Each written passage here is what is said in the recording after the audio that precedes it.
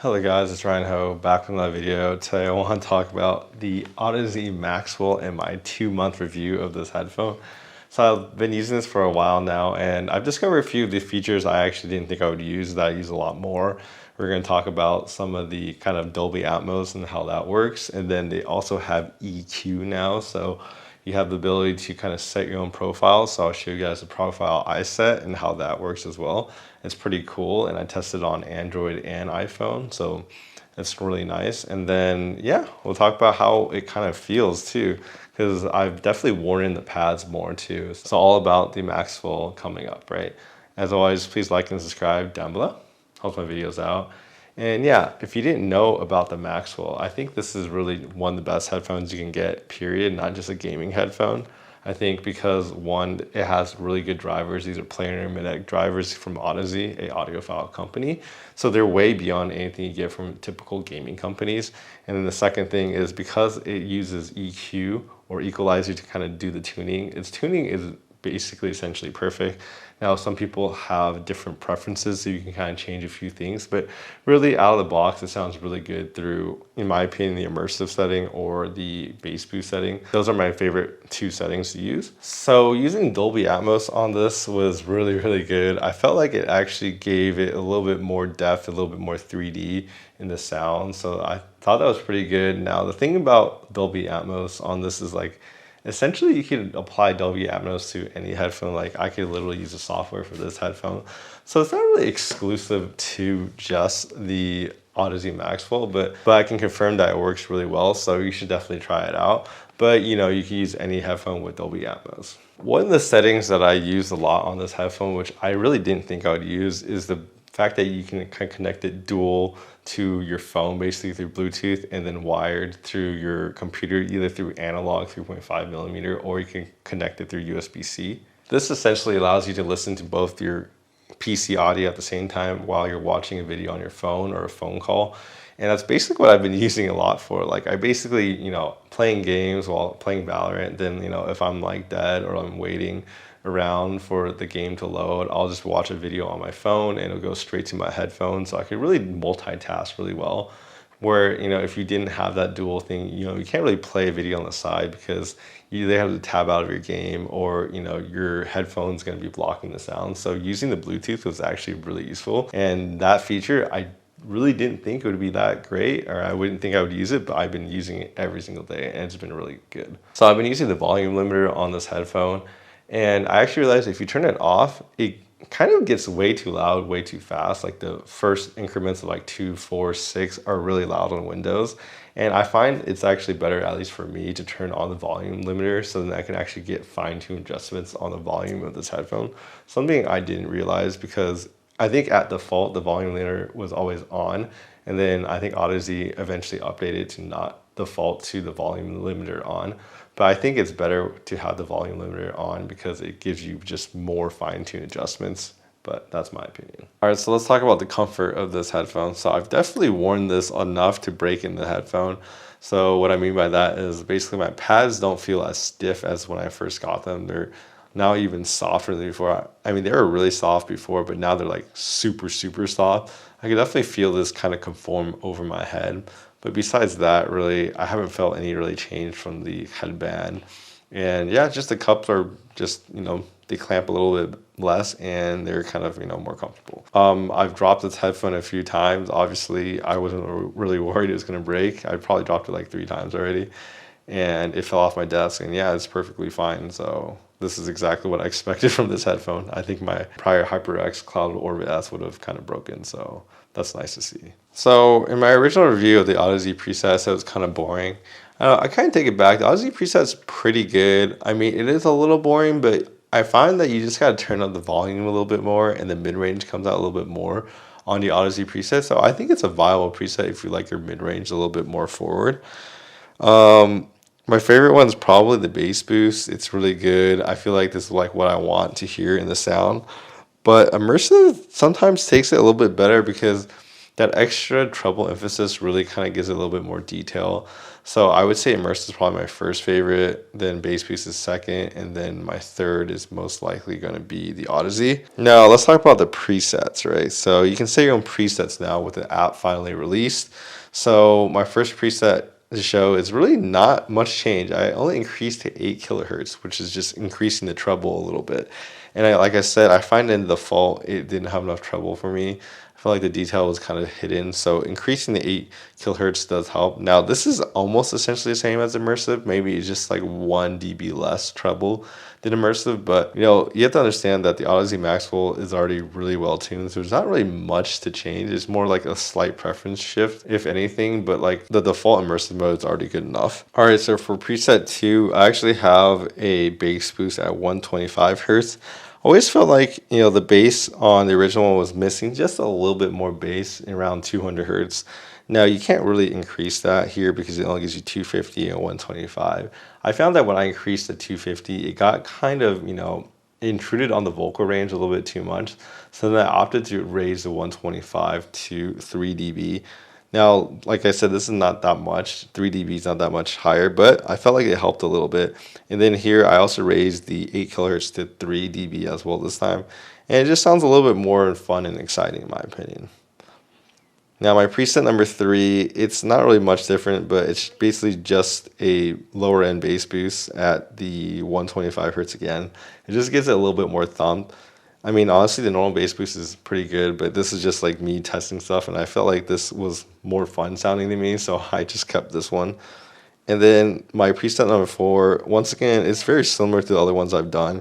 It's essentially the 3 dB at 125 hertz and then just 2 at 8 kilohertz.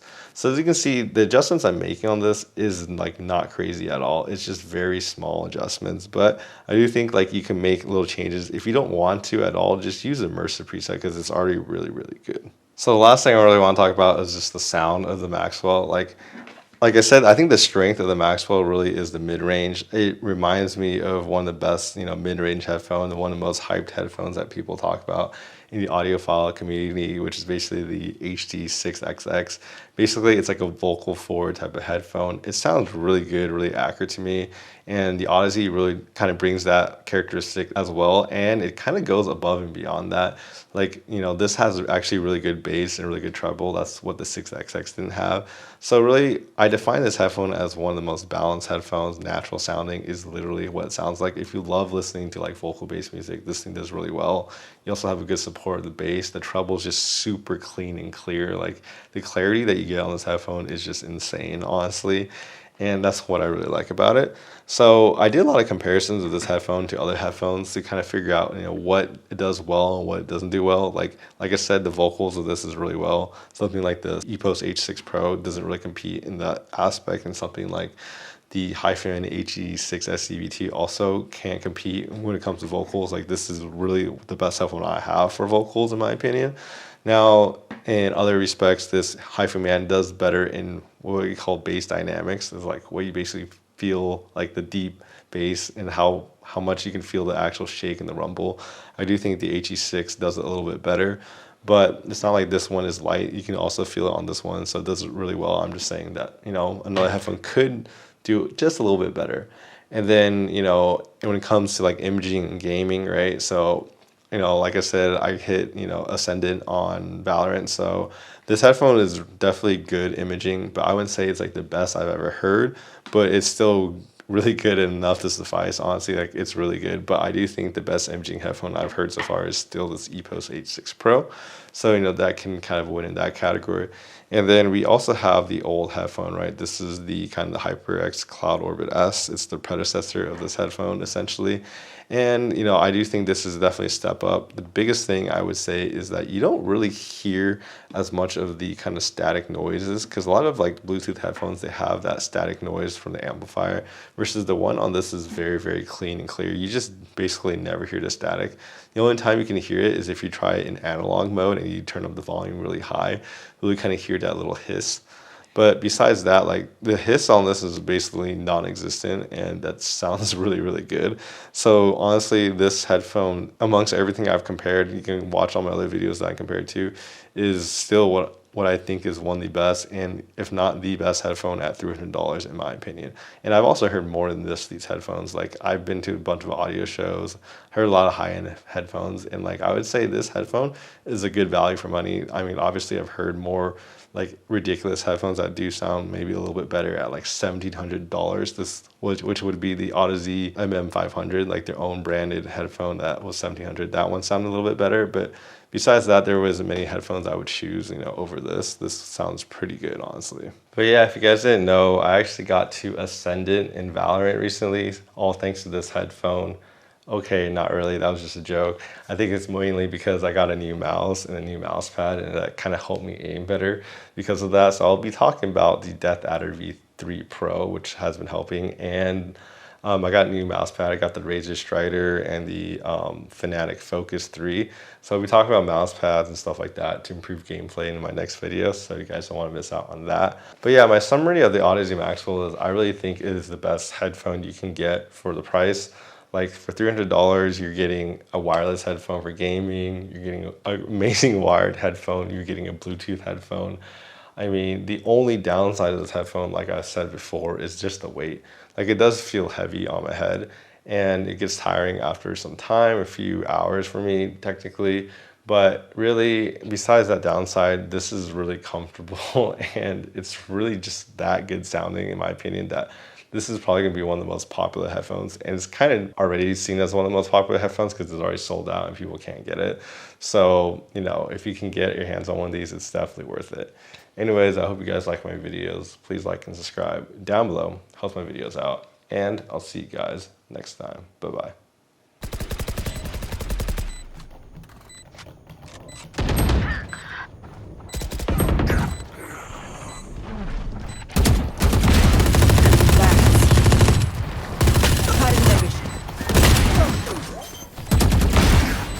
Resource. My ult ready.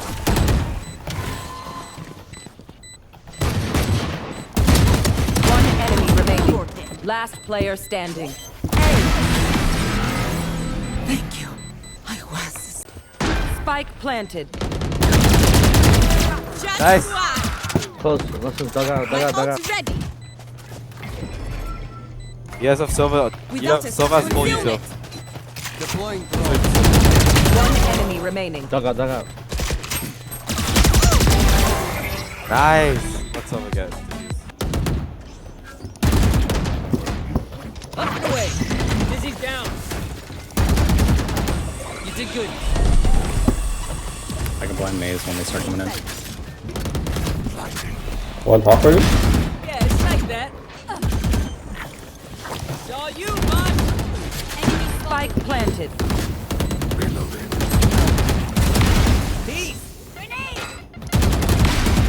I'm good for 3. Thrash is ready. Enemy spotted. No. One enemy remaining.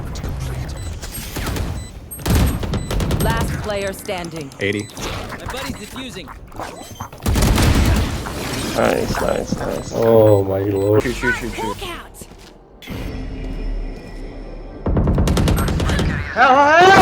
Spike down A. My ult ready. Bro, 90.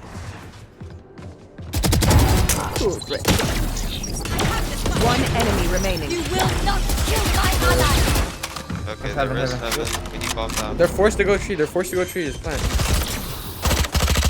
No, they're pushing out. Spike planted.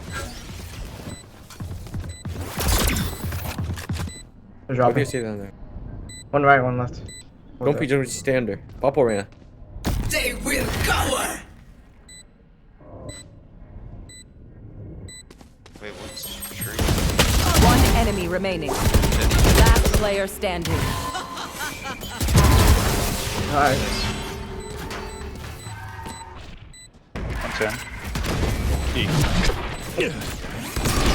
One enemy remaining. No Just more. get it. Attackers win. Now the man I'll handle this.